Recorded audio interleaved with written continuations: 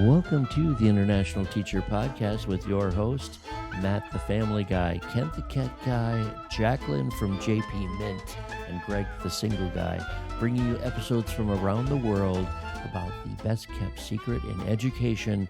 You got it, international teaching. Welcome to the show. Welcome to another episode of the International Teacher Podcast. This is Greg the Single Guy, and as always, I have next to me Kent the Cat Guy. How are you doing, Kent? Happy New Year, Greg the Single Guy. Happy to be here. And we have JP Mint is back in Mexico. She's not in Canada anymore. How you doing, JP? Woohoo! Hi! Welcome. Yes, and thank you. Yeah, I talked to her the other day. She was absolutely cold. I don't understand that. Mexico does not get cold. Two layers. She's getting cold. It's 12 degrees there right now. Yeah. Celsius. Exactly. Right. Okay. So I'd like to welcome Bryan Stanton. Where are you coming from, Woo, Bryan Stanton. Hi. Yeah, I'm coming from New York City, where it is, in fact, cold. My husband just texted me, it's going to snow in 10 minutes. And I was like, oh wow. Ooh. All right. Wow. Is he like Google or Alexa where he tells you when there's adverse weather? So we're from Southern California originally, and then we lived in Texas for a while. So like snow is still exciting for us. Hey. I'm sure we'll get over it eventually, but when it snows here, we're like, oh my God, this is amazing. Tell us about that journey from... Yeah, sorry, Greg. No, that's okay. Go ahead, Kent. No, I just wonder about that journey. I mean, I'm from the West Coast. I'm from Seattle. So how do you go from Southern California to Texas to New York? Because most people who are seeking sunshine will go the other direction. So tell us a little bit about that. Well, I'm going to start by saying I'm not seeking sunshine, which I probably should have, because this is my second winter where it actually is dark and you can't go outside because it's cold. And I was like, oh, wow. This is what seasonal depression looks like. That's cute. Yeah, you should have Googled New York City before you left California. Who knew, right? So I grew up in Los Angeles. My husband grew up in San Diego, and we met in San Diego after while I was in college. And adopted children. We have 4 kids, and yeah, we're like crazy people. We went from 0 to 3 through foster care in one night. So it's like bam.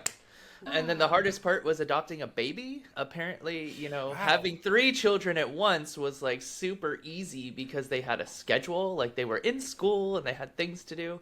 Having a baby, just like trying to get a stork, during that time, honestly, really difficult. If you get the older ones, you don't have to get the stork, but you have to get the stork involved, and that's why babies are more difficult. Oh my God, I love mythology. So it's real. It's real. I understand. I've seen a stork. I used to work for animal parks. My history is like theme parks into education. My husband was working for a property management company that had him going back and forth from Texas to California, and there were times where he would be like out of town for 2 or 3 weeks dealing with stuff, and that just became a lot for me. And when he first went, he was like, Texas is kind of okay, it's really cheap and all of these things. And I was like, absolutely not. And then a few years later, I was working at SeaWorld at the time, and they started doing several rounds of layoffs, which I was, designated survivor, I guess, because I kept surviving the layoffs, but it's because I was doing too much work. And I think they let the SEALs go before they let you go. Honestly, probably. The Guadalupe seals. Cute, I was 7 years old when I saw I was 7 when I saw my first SeaWorld show. Oh yeah? Yeah. I don't even remember. I feel like I was an adult. I have no memory of SeaWorld as a kid. Oh, those Guadalupe seals. That's the first time I've ever heard anybody say that. It's going to be our new thing. They're cute. They just chase you down. So after a while, it just started like grating on me, just doing everything on my own. And so we eventually moved to Texas. And when I got there, I started working at the SeaWorld in San Antonio. I chose San Antonio specifically so that I knew I would be able to find a place to work, having been in the theme park industry.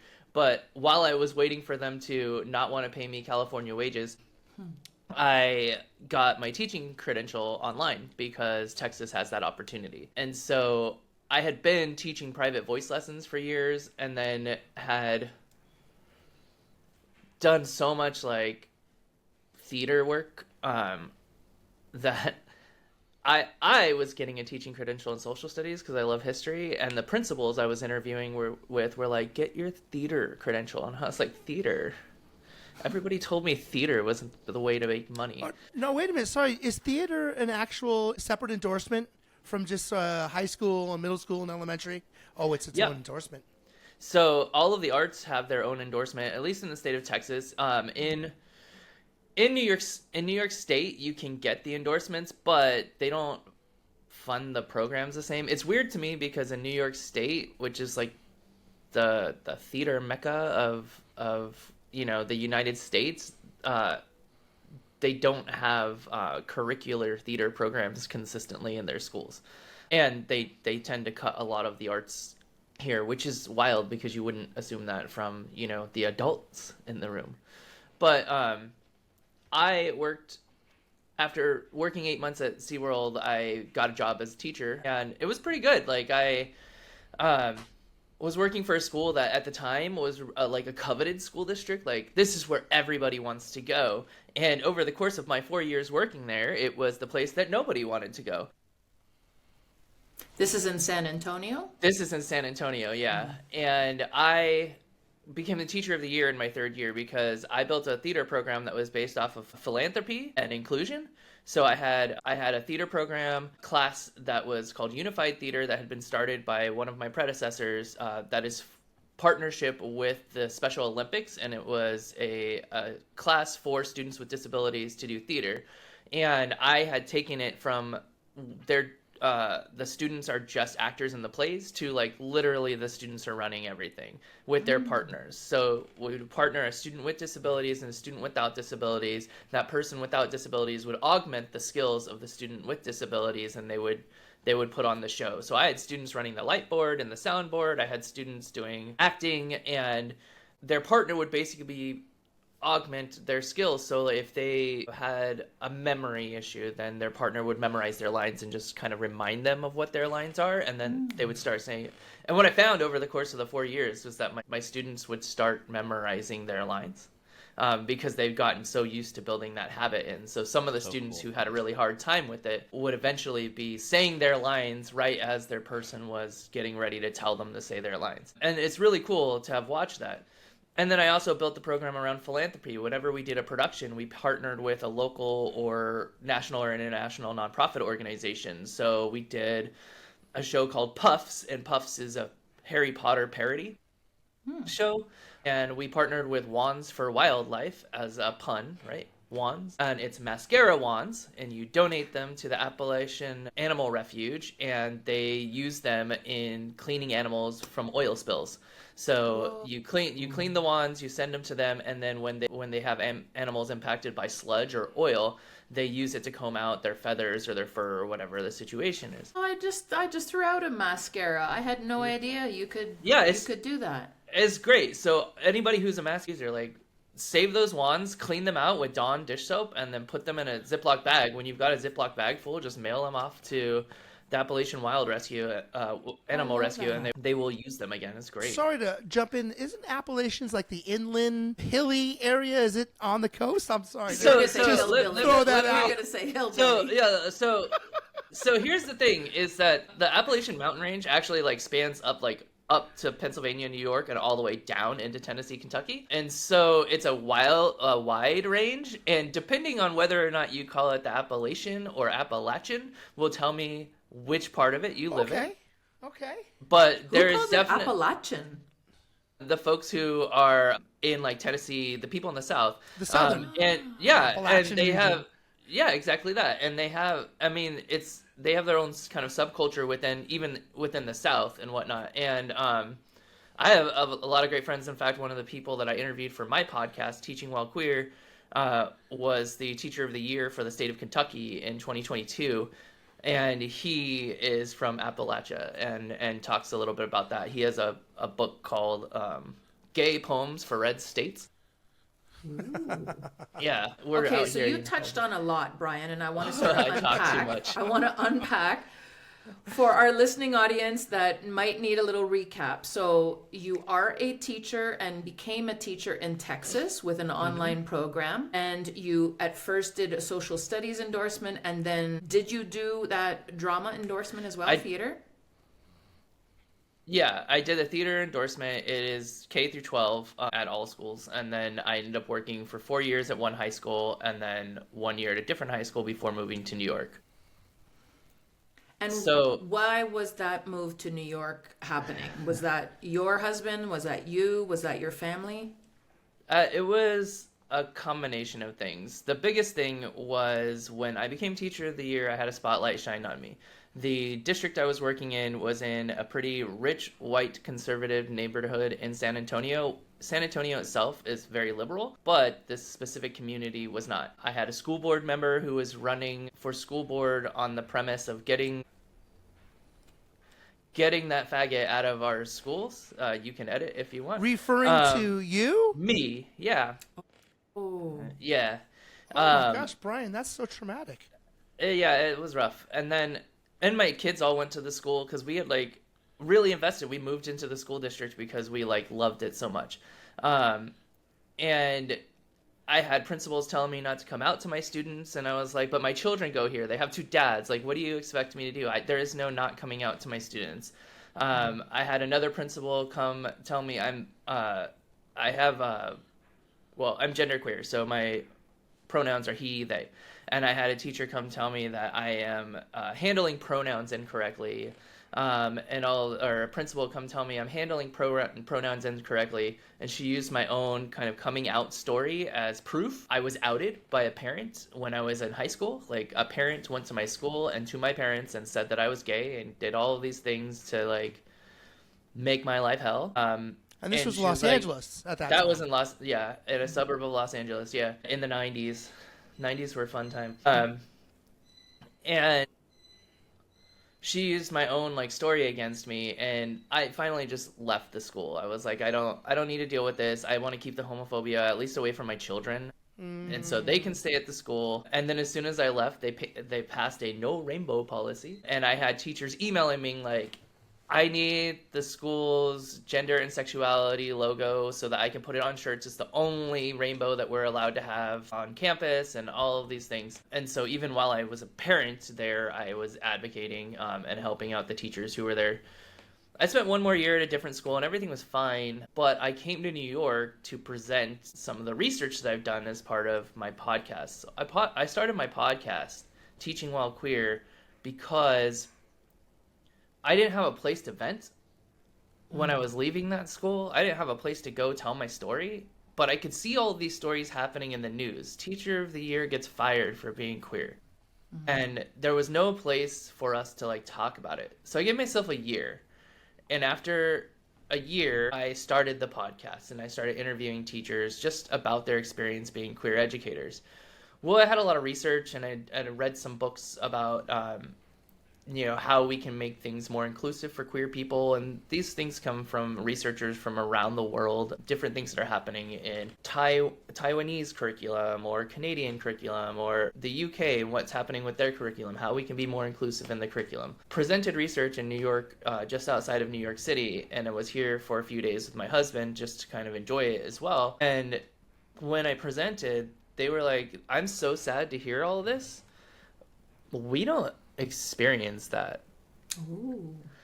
And so my husband and I had investment properties and whatnot in San Antonio. We rented them out as Airbnbs and on VRBO, just short-term rental things. And so we started looking at what we could get to sell them, and the market was high at the time. So we sold the rental properties, and then we started looking at what we could buy. Is it better to move back to California, or is it better to move to New York City? It turned out from the real estate standpoint that it was better to move to New York City. And I'm a theater kid. Like, if you're going to give me the choice to move back to LA or to move to New York City, I'm going to say I want to move to New York City because I've always wanted to live in New York City. And so we ended up here, and when we sold our actual house in San Antonio, we were able to use the money to kind of like refurbish our house because we tend to buy the eyesore of the street and then like Nice. fix it up. Yeah. So that's kind of what we spent the last Isn't year and that a a half real doing. estate adage of buy the worst house on the best street because then you can fix it up and bring it up to that level? And that's literally been our life. Like, my husband's been in real estate since he was 19 doing different types of jobs. And so when we started our like life together, it started with real estate. We had a condo in kind of a crappy area. We got it for super cheap. We fixed it up real nice. We sold it for twice as much as what we paid for it. And That's how then we feel about Greg. At one time, he was the eyesore of the street, but we fixed him up real nice, and now you can tell. It didn't take though. It's still a problem. You just got to keep up with the paint every once in a while. Mascara. And Yeah, it's the mascara. That's right. That's right. So, Bryan, tell us now, what are you doing in New York? Did you get into teaching? Were you able to transfer? I mean, you're not doing an internal transfer, but were you able to apply and get a good school? Yeah, so I actually work at a university now. I am technically an administrator role for my full-time job. I work as a technical director for the theater program and the Performing Arts Center, which means I'm responsible for lights, sound, sets, costumes, all the things that help make theater come to life, but also planning any of the special events and concerts that happen when the community comes to use our space. But I also teach the theatrical design class, which is focused on like lighting design, set design, and all of that stuff. So I have a combination of the two things, and that's what I'm doing in New York. I'm also in the process of writing a textbook for that class that I'll be offering for free to any professors or teachers who want to use it, that focuses on inclusion. So I have little notes in each chapter about how to make it inclusive for students with disabilities. And yeah, I can already think of some theater teachers abroad that would love to get their hands on that. If you're making it free, that's awesome. Yeah, it's an open educational resource. So I received a grant from my school to write it, and then once I'm completed with it, I'll upload it online, and literally any educator in the world can use it for free. So speaking of educators overseas, have you had the chance to have any international teachers on your podcast, Teaching While Queer? Yes, I've interviewed some folks from Sweden and the UK, and I had one person scheduled for Australia, but we're trying to get it back on the books because we had to reschedule. And then I've had educators in Canada, and I have someone coming up who is going to be from Mexico. And so I'm trying to hit as far wide as I can. My immediate goal for the last 6 months was, can I hit all 50 states? And my biggest holdout is Idaho. And the irony in that is I graduated from the University of Idaho's online master's program. And I have professors who should be on my podcast, but I've hit every other state in the United States as of a podcast that's coming out in about a week. I'll have hit Hawaii. And so I got Alaska a month or two ago, Vermont, all the little states up in the east. There are too many states. And not enough states also. Go ahead, Greg. Sure. Oh, thank you. Hey, long-time listener. It's great to be on your show. I think I have a question about your podcast. I was wondering how long your podcast has been going, and we can, a lot of our listeners might jump over and listen to a couple episodes or all of the episodes, especially the guy in Australia. He'll listen to the whole thing in one round, right? Oh, yeah, Pedro. Shout out to Pedro. Tell us a little bit about your podcast. Yeah, sure. So Teaching While Queer was started in 2022. The very first episode is me explaining my story and kind of why I decided to create the podcast. And then from there, I interviewed teachers from around the world. I forgot that my first interview actually was a French instructor. He teaches German in France. And so the podcast centers on what is it like to be a queer educator? How does your queerness impact your work? And then I call it the advice column. It's like, what advice would you give to someone who is worried about being their authentic self? How can schools be more inclusive of queer people? And what do you do when you have to handle anti-queer behavior? And so I'm kind of centering the focus on what is the reality for queer educators, because a lot of the times in the news, people are talking about queer educators, but they're never actually talking to queer educators. Mm-hmm. And especially in America, we have been politicized to the point where the president is saying, we're going to get those trans people out of schools.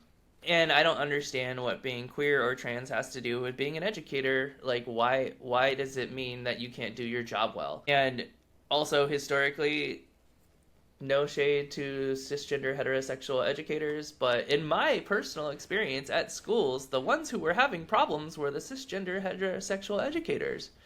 The very first school that I taught at, the principal was having an affair with the athletic director, the 2 math teachers and a science teacher, they were all having affairs together. 2 of the coaches were having affairs. Like, all of these things were happening, and it was not any of the 7 queer educators in the campus. Can I revert back to you with those 3 questions so that we can be a little bit more enlightened as to, what are the issues about like being queer in teaching? Can you answer your own 3 questions? Yeah, so we'll start with like, what advice would I give someone who is worried about being authentic? And my advice is to do what you can do safely. Sometimes being authentic doesn't mean screaming that you are queer right from the start. Sometimes being authentic just means showing up with your personality. I have a friend who's an educator who doesn't come out to his students, but he's always like, hey girl, or he shows his whole personality without having to say, I am queer.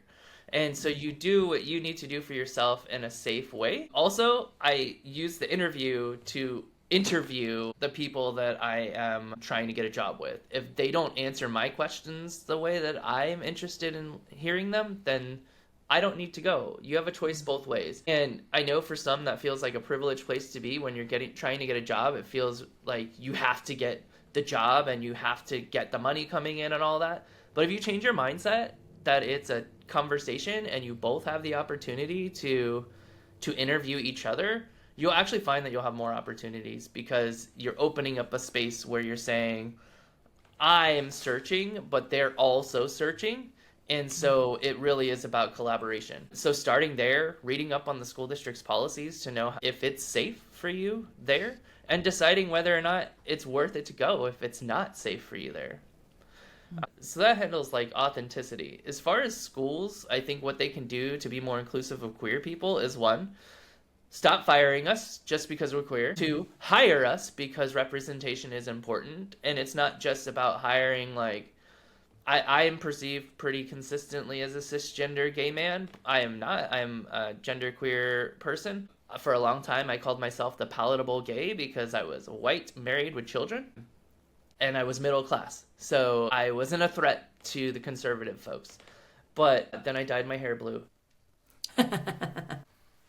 But hire queer people and all types of queer people. You need trans people in your room. You need non-binary people in your room. You need black queer people in your room. You need Asian queer people in the room, because all of those people exist as children, and they all existed as children. That's the thing that drives me crazy, is people thinking like, where did all these queer people come from? There are some politicians who are like, where are all the older queer people if this isn't a new phenomenon? And I'm like, well, your party killed them in the 80s. So for those of you who are not from the US, in the 80s, we had the AIDS epidemic. It happened worldwide, right? But in America, it was very politicized, and they sent that President Reagan literally would not pass any kind of legislation to help the AIDS epidemic because it was only impacting a majority of gay men. And so that's where the generation is.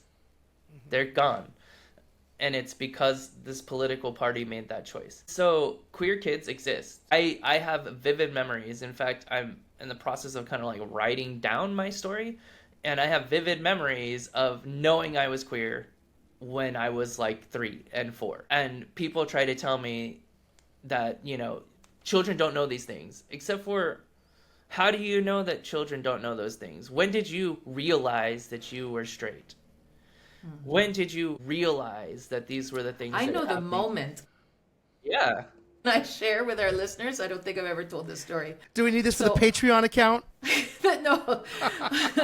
I was 12 years old, and I was watching Much Music, which was MTV.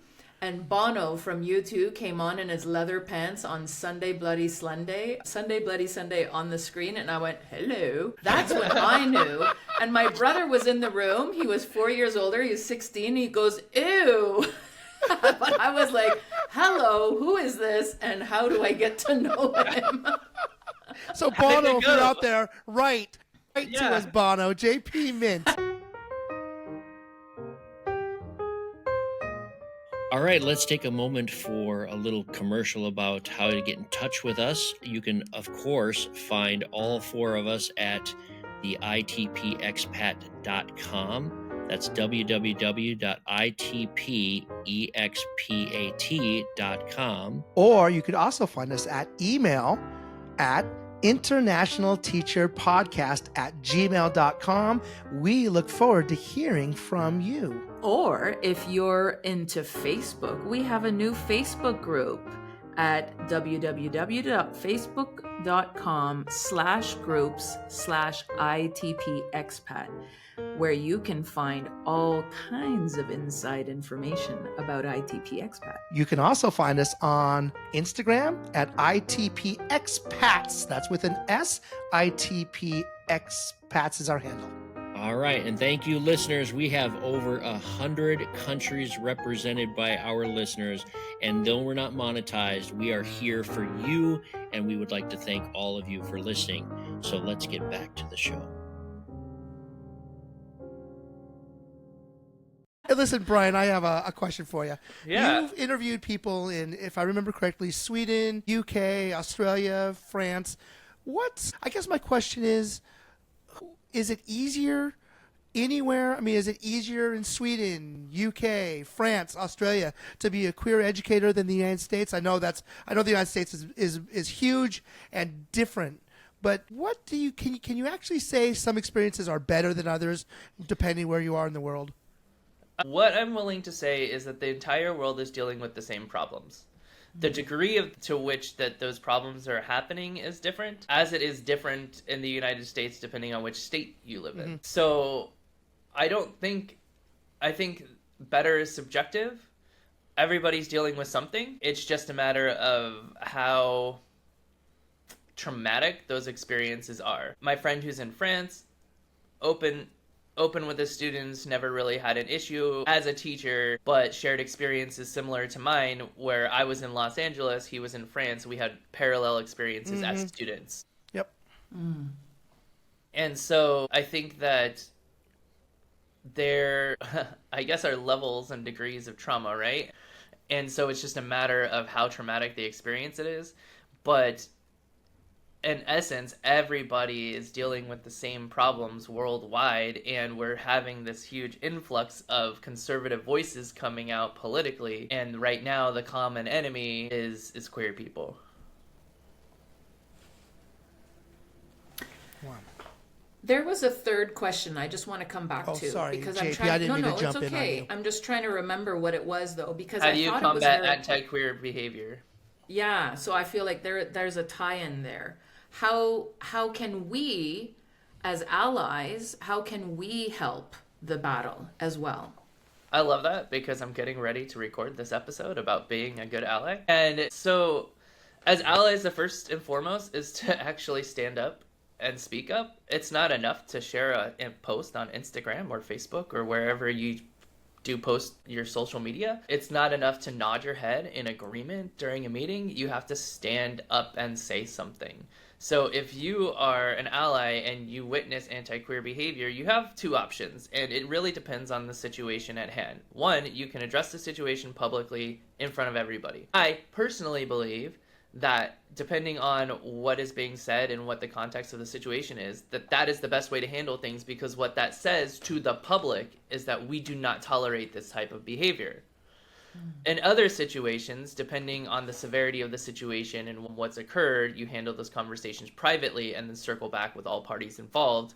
And it's really important to circle back with all parties involved, because if a student doesn't know that a situation has been addressed, they're just assuming the teachers don't care. And that they're allowing that behavior to happen. And that goes for your queer peers as well. If no one stands up for us, then it's just our job. And as the token queer dude at a school, I had to be the banner waver. I had to be the person who was acting as a shield for all the queer students and all the other queer educators, because I was the most out person in my space because of the life that I have. I had children, I had a husband, we had this whole thing that could not be shoved into a closet and would not be shoved into a closet. And when I left the school, it was really hard because I was receiving emails from people whose children go to the other schools in the district who were like, my child feels safe because you're at that high school. And it's not enough for one person to hold the banner. It's not enough just for queer people to hold the banner. And the same thing goes for racial divides. It goes for gender divides. Like, it's not enough for the one party person, that one person in the group, to hold the banner for everybody. We need allies to actually stand up. And I've been using the term co-conspirator recently in reference to allies, which is more of an adjective or a verb, as opposed to just a descriptive, I'm an ally. Well, that doesn't really mean much. And I'll give an example about performative allyship in a second.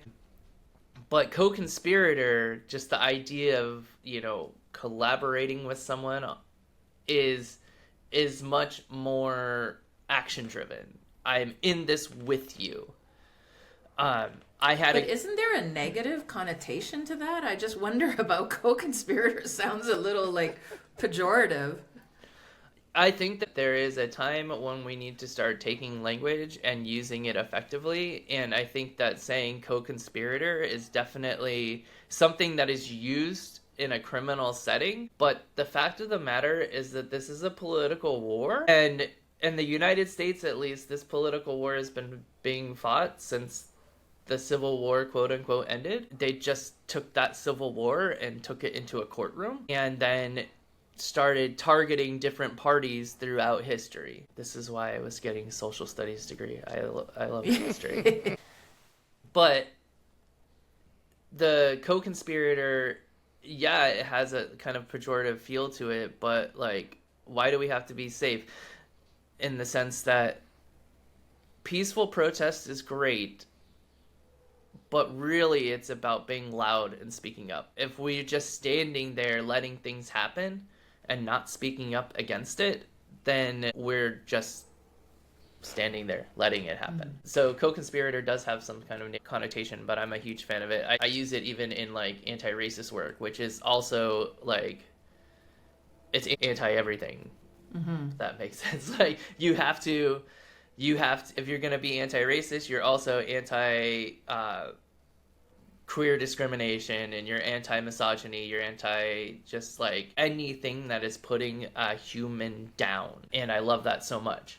And as far as performative allyship goes, when I was working at that first school, we had a Gender and Sexualities Alliance, as I mentioned. And so we made logos for a shirt. And the first year, the teachers who took this ally training at the local college asked if they could have a shirt that said ally on it. And I made it the first year begrudgingly, and then told them I'm never making it again, because what you're saying is that you support them, but I'm not gay.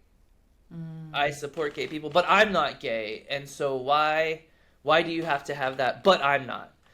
Why can't you just stand with? Wearing a rainbow shouldn't automatically assume your sexuality. And if it does, and people assume a sexuality for you, and you don't think that that sexuality is bad, then why have the qualifier?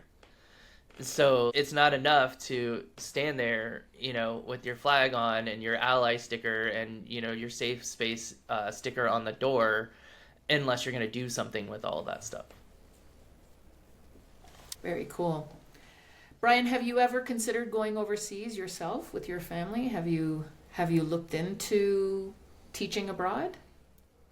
I personally haven't looked into teaching abroad. I have looked into it for other people. I did a whole podcast episode about moving. Like, if you don't feel safe right now, how do you move to a more supportive state? How do you move out of the country? Where do you look for work? How do you plan the financial side of it? What organizations are financially supporting different types of educators who need to escape where they are? Which countries, for instance, I believe at the moment Canada still is a refugee spot for transgender folks in the US. And I think that's wild and inappropriate that our country, or my country, has gotten this far. But I haven't personally considered it. There's a lot of things tied up into that as far as like children and the legalities and all that stuff, because we adopted from the government essentially, and so there's some tricks to that. luckily my older 3 children are almost all adults. So at this point, it is up to them what they want to do. And then my youngest is 10. And so I think we're in an okay space right now to get her through high school and then figure out what we're going to do later on. Oh, yeah, it's me again. Hey, I wanted to throw in, having you on is refreshing. I love it. And if you are interested, and if our listeners are interested, the Diversity Collective were on our show before, and they are a collection of individuals that are growing and growing as a collective group. And what they're fostering is getting people of multiracial, multi-gender, multi-sexual preference, all of those titles that we keep. And I can't keep track of all of the different ways to say differentiation. And all of those individuals, they're trying to get them into leadership in our international schools, which is cool. And hired as teachers as well. And hired as teachers. So if you were to go down that road and say, hey, my kids are grown up, it might be an opportunity for my husband and I to go overseas. It would be a great place for you to start. Just a little help with you. It's a great place for you to start to feel safe, to know that there's other people out there as leadership, and they're going to start opening up more and more avenues to these schools, so you don't have to fight for it all the time. But there's going to be other people that are fighting, that are co-conspirators with you, right? Yeah. And that is really exciting because they have come a long way even since we met them first. And I wish them well if they're listening right now. And they're free for candidates. Yeah. Yes. So it's absolutely free for teachers and leaders to sign up. But yeah, they're helping underrepresented groups have a voice in the international have circuit. equity. Yes. That's they're really cool. standing behind it. I would love to put that on our website. We have a website for resources. I've turned Teaching While Queer into a nonprofit organization in the United States so that we can further our impact. And so I would love that information for our website because I think that is a tool that would Tell us your website, beneficial Bryan. right now. Bryan, tell us your website. Yeah, it's teachingwhilequeer.org. It's pretty straightforward. It's all one page. It's just a really long scroll. It includes the podcast on there. There are resources. Right now we have a fund that we're doing for queer educators impacted by the fires in Los Angeles. And we are going to continue to do that kind of financial support in emergency situations. And so depending on the political situation in the coming months, we will be starting funds to help get people out of their current places, out of their homes if they need to. That's where we try the thumbs up on the video. It's not working. Well, I was thinking, Bryan, while you were telling us about the different resources, I thought, gosh, I wish this was a website and not that people would not want to enjoy listening to your podcast. But if they had to go, to 5 or 6 episodes, but that's wonderful to know that there's that resource out there. So we will be sure to put that in our show notes as well.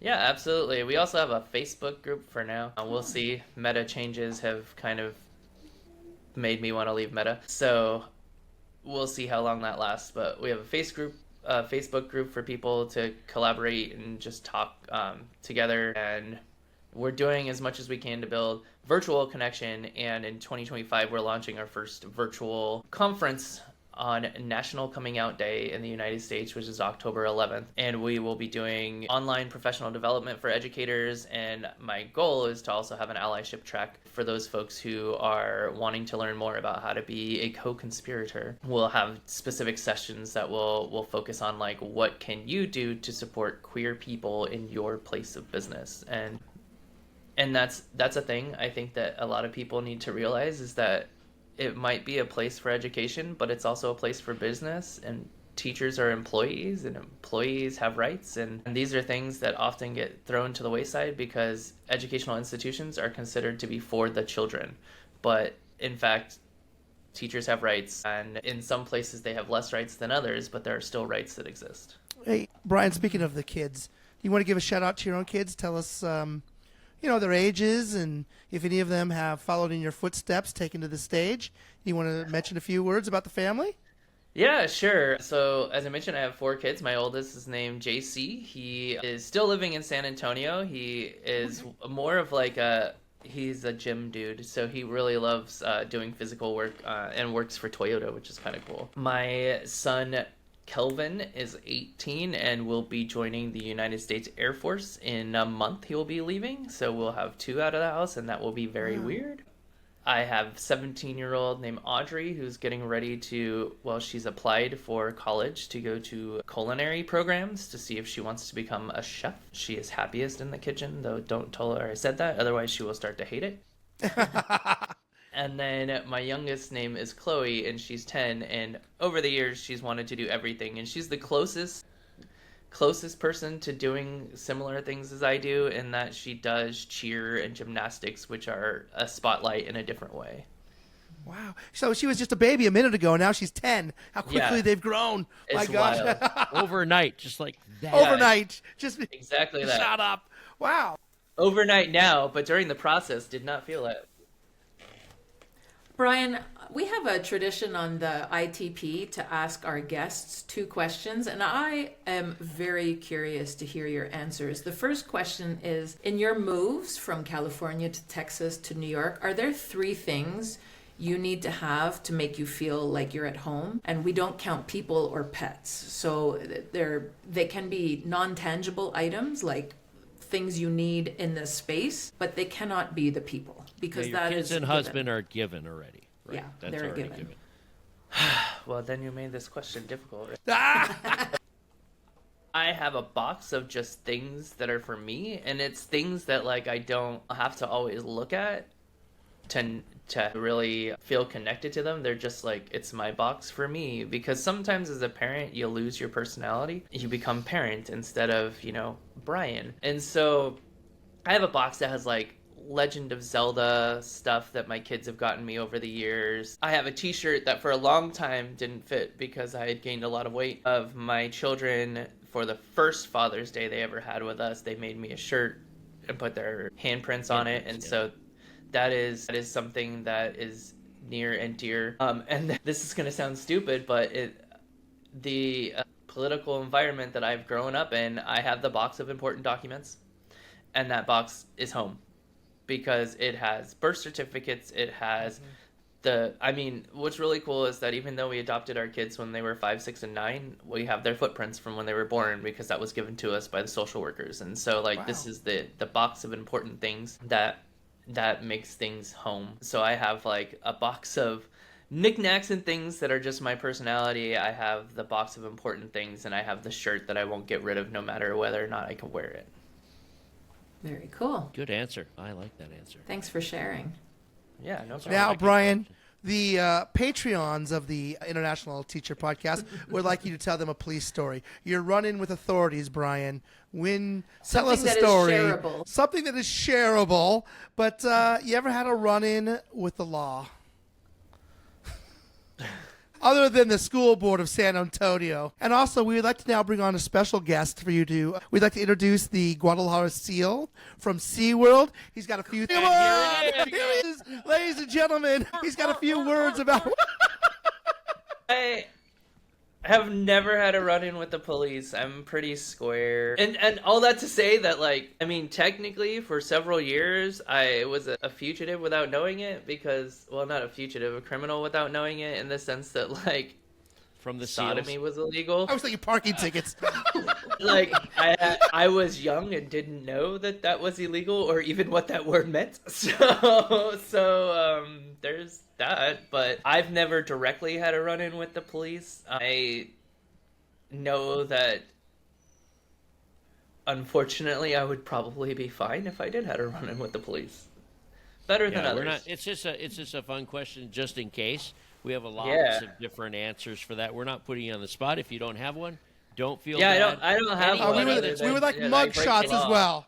Anybody that's been chased by seals does not Have you ever been to have on a wanted poster? Yeah. And the whole teacher of the year and then being forced out, that whole thing, I mean, it covers the whole police story, I think. Yeah. Let's go around the horn for final comments if we can. Let's start with JP Mint. Final words from our JP Mint. Well, I'm very happy that Bryan decided to come on to our show and and let us know about not only his podcast, but his website, and how we, no matter who we are, can support each other and continue to be allies and co-conspirators. I'm going to embrace that word, Bryan. Yes. Co-conspirators in not just nodding our heads, I really like that as well, but taking actions. So thank you very much for coming on the show. Greg? Oh, I have to agree, and I'd have to shout out with that same kind of attitude. It's refreshing to have a different kind of interview. We're usually talking about international teaching, but at the heart of it is teaching. And I really loved when you were talking about how students are and the fact that they're, where do you guys come from? It's the students. They are already who they are, and that really struck a chord with me that you said when you said that. And we were referencing, how other people are like, where do these guys come from? These other people come from. But all of our students are diverse in where they come from and how they feel, etc., and their identities. And that's powerful to know that and remember that. So thank you very much. Bryan, final thoughts? Honestly, when I was first getting ready to interview for this, I canceled my interview because I was like, I'm not an international teacher. I'm so embarrassed. How did this happen? And so thank you for reaching back out. I really appreciate that. Because one, I want to say to any international queer teachers who are out there, come tell your story on my podcast. I would love to hear from you. Visit our website, and there is a be a guest link that will just send you to my email address for the podcast. I really want to hear your stories because we are actively living in a time worldwide where people are trying to silence queer educators, where we are being talked about and not talked to. And so it is really important for us to keep our voices, and for those allies who are around to also start raising your voice and raising your hand. If you see any kind of discrimination, it doesn't matter the kind of discrimination. You need to speak up and stand up, because that's the only way we're going to help make this world better. Awesome. Thank you so much. Our special guest today has been Bryan Stanton. You can find Bryan Stanton at www.teachingwhilequeer.org. You can find lots of information on his website, including episodes of his podcast, Teaching While Queer. Thank you so much for joining us today, Bryan. Thank you very much. I would also like to thank my other co-host, Greg R. Lemoyne, author of International Teaching, The Best Kept Secret in Education. Thank you so much, George. Greg R. Lemoyne. I appreciate that, Bill. And I also like to thank the JP Mint. You can find her at jpmintconsulting.com. Thank you so much, JP. Thank you, Kent. As always, you can find me in room 303 trying to convince JP not to replace Greg. Not to replace Greg and I with AI. Well, we'll see you next time. Thanks so much. Where'd you get the AI stuff, Ken? I was like, Well, where is he going with this? Most of the ITP crowd believes that we are just an artificial intelligence created podcast. But honestly, Bryan, if you were artificial intelligence, would you ever create Greg and I? No computer would even attempt that. I don't know that.